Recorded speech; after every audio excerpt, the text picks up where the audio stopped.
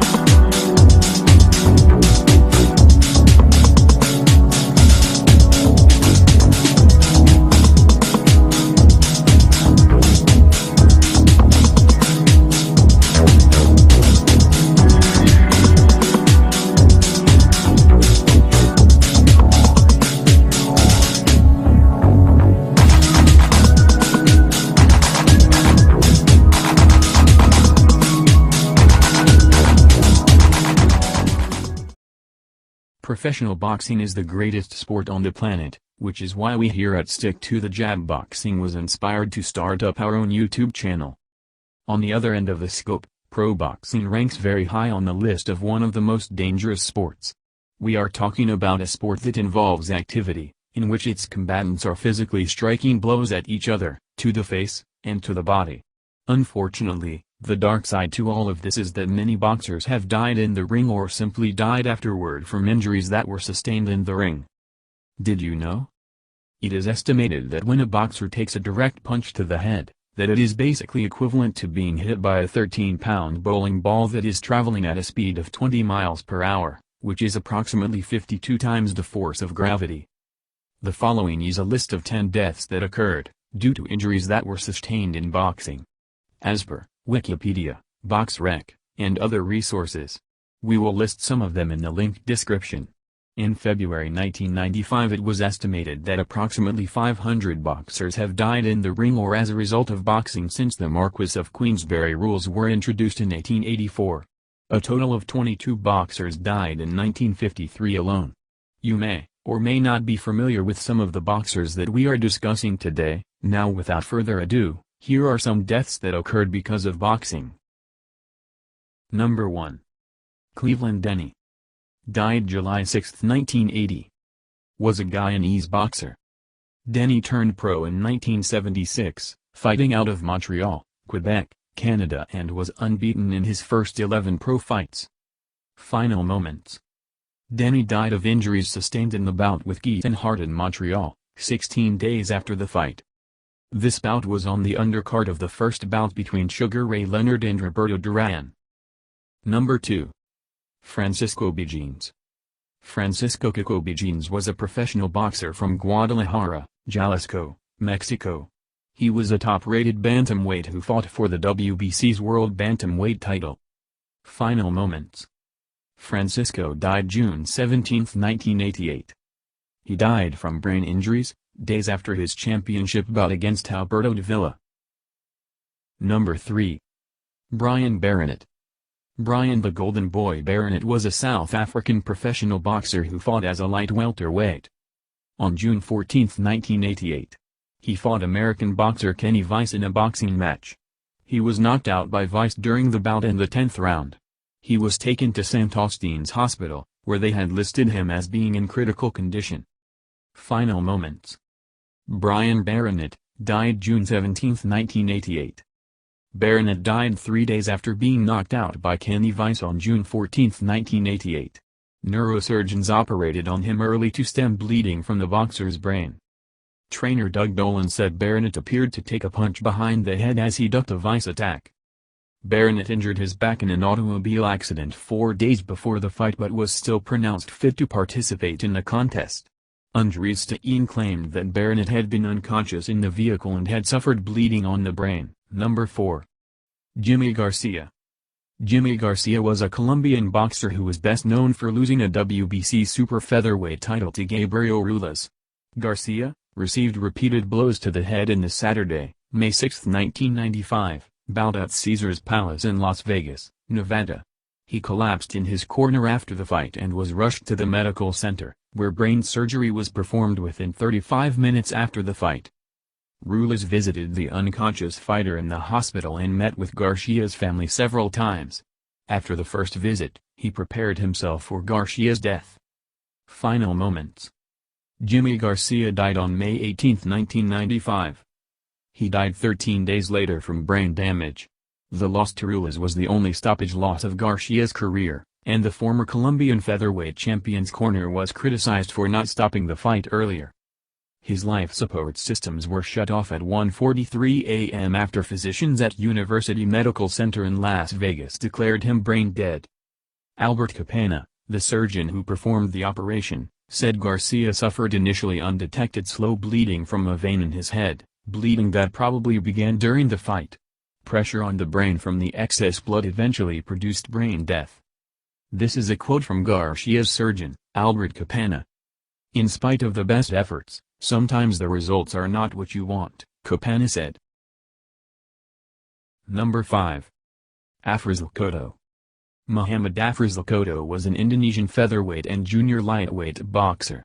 Afrisal compiled a professional record of 20 wins, 7 losses, and 1 draw, with 11 knockouts. His last fight was against Irvin Barrett Marbun, who had a record of 3-1 with 1 stoppage loss. Afrisal vs Marbun Indonesian super featherweight title bout was conducted on Indosat private television for sports fans. Afrisal was down in the 3rd round and ultimately lost a 12-round decision, though he left the ring on his own power. Final moments. Afrisal died, March 21, 2012. Afrisal began vomiting an hour after the bout and fell unconscious with a hemorrhage. He was taken to Royal Hospital in Jakarta, and later transferred to the Christian University of Jakarta UKI Hospital, where he died 4 days after brain surgery to remove a blood clot. He would end up being the 28th Indonesian boxer to die since 1948. In the year 2002, the World Boxing Council banned Indonesian boxers from fighting in WBC-sanctioned bouts that were outside of the country. This was enforced following a series of deaths that had occurred. The ban was lifted July 2002, only under the condition that Indonesia imposes safety rules, and deemed mandatory for a commission to monitor matches. Afrisal was engaged and was to be married on April 15, 2012. Number 6. Levander Johnson. Johnson was an American lightweight boxer from Atlantic City, New Jersey, who once held the International Boxing Federation version of the world title. He won the title on June 17, 2005, against the Italian fighter Stefano Zoff, winning due to stoppage, as the referee stopped the fight in the 7th round. In 2005, the 35-year-old Johnson faced Mexican fighter, Jesus Chavez. Unfortunately, the fight was stopped in the 11th round, due to the fact that Johnson was getting caught with continuous and hard punches. It was a stoppage, as the referee stopped the fight. Final moments. He died on September 22, 2005. Johnson appeared normal and was able to walk out of the ring on his own, but later, he collapsed in the locker room. They rushed him to the hospital for surgery because he had swelling and bleeding on the brain. He was able to survive the complicated surgery, but he remained in critical condition at the hospital. He didn't make it and was pronounced dead on September 22, 2005. Number 7. Choi Yo-sam. Choi Yo-sam was a Korean world boxing champion. He was born in Jeonju-up, Jeollabuk-do, South Korea. Choi turned pro in 1993 and won the lineal and WBC light flyweight titles in 1999 with a decision win over Samensor Jattarong. He successfully defended the titles 3 times before losing it to Jorge Arce by a 6th-round technical knockout in 2002. In 2003, he lost a decision to Babas Mendoza for the interim WBA light flyweight title. Final moments. He died on January 3, 2008. He collapsed while still in the ring after the bout. He was rushed to the Sunchunhyang University Hospital immediately after the fight. He had to undergo emergency brain surgery. Unfortunately, He died after being removed from his ventilator. Number 8. Scott Westgarth. Died on February 25, 2018. Scott Westgarth was a British light heavyweight boxer. Westgarth's final fight was sadly considered to be the biggest victory of his career. Scott Westgarth had a fight against Dec Spelman. The fight was back and forth. He got hit with a shot and was knocked down, but he was able to recover, and eventually pull out the victory, winning on points. He went on to conduct a post-match interview before consulting doctors in the dressing room. They sent him to Royal Hallamshire Hospital in an ambulance after concerns for his well-being. During the interview, Westgarth held his wrapped hand to his head above his left eye a number of times, giving the impression that he was in some discomfort. Final moments. Unfortunately, Westgarth died the next day on February 26, 2018. Scott Westgarth was only 31 years old. Several people, including his final opponent, paid tribute to him. Big Tex has to inject something here. Can blessings and miracles come from death? I think that the answer is yes. Why, you say? Please listen to the rest of the story. Scott Westgarth was a registered organ donor, and as a result, his organs were used to save the lives of 7 people. Number 9. Becky Zerlentes.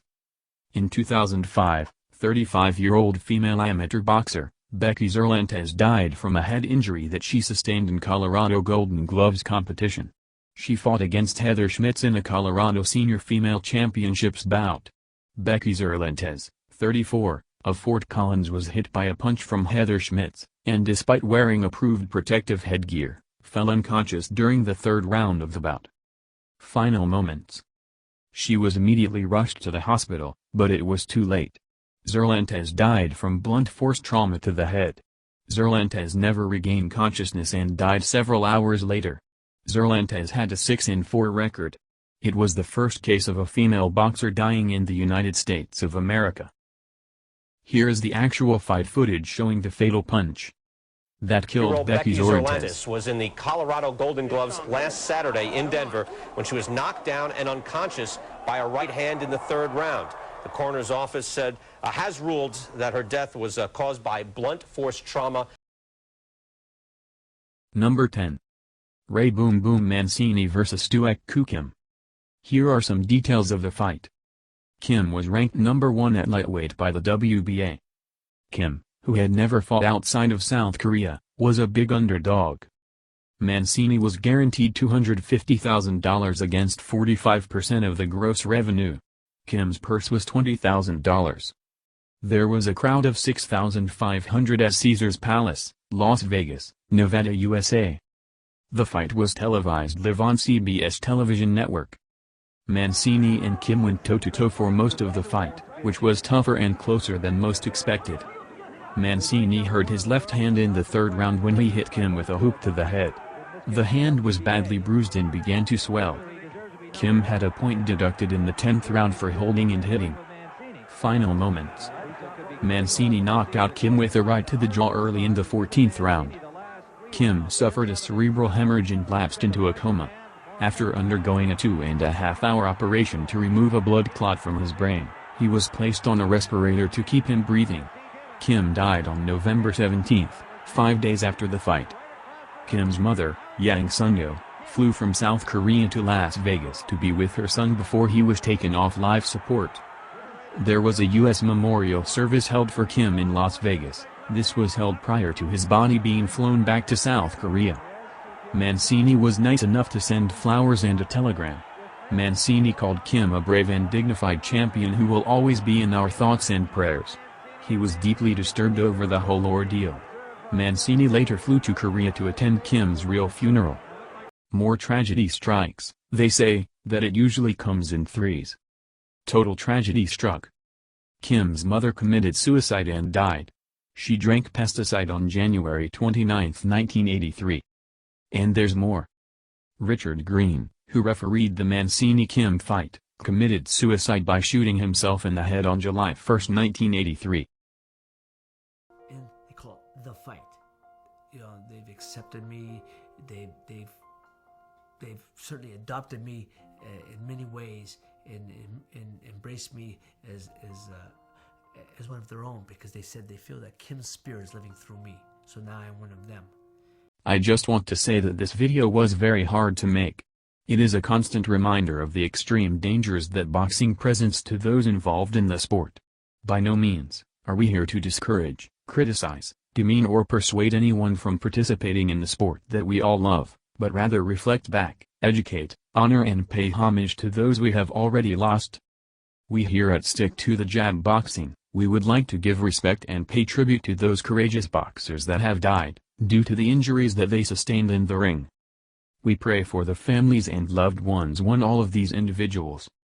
Now, as we all know, professional boxers risk their health and life to entertain us. Many suffer from the cumulative effect of damage to the brain. Oftentimes, this results in the boxer getting what is known as punch-drunk syndrome. Although this was meant to be a tribute video to honor some of the boxers that have died, unfortunately, we are not able to cover everybody, and oftentimes, there are limited resources, details, photos and other relevant information, which in most cases are subject to copyright. We will be doing more of these types of videos in the near future. While we are on the subject, we would like to give honor to every boxer, on all levels, who have put their body and personal life on the line and risk all or any of the following: eye and vision problems, bruises, cuts, broken teeth, internal bleeding, infections, internal damage, cracked or broken ribs, financial issues, physiological problems, chronic pain and oftentimes, failed relationships. We respect, honor and appreciate all of you. Your love and passion for the sport of boxing will never go unnoticed and never be forgotten. We salute you all.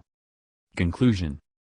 Big Tex says this: shame on every coach, cut man, trainer, agent, advisor, manager, promoter, friend or family member that ever questioned the strength, courage, and desire of any boxer that is currently still with us, or any of those that have already passed on.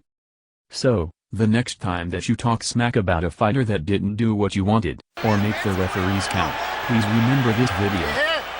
If you are new to our channel, considering supporting us, don't forget to like, comment and subscribe, and please hit the bell notification to be notified of upcoming videos. This is Big Tex, signing out for Stick to the Jab Boxing.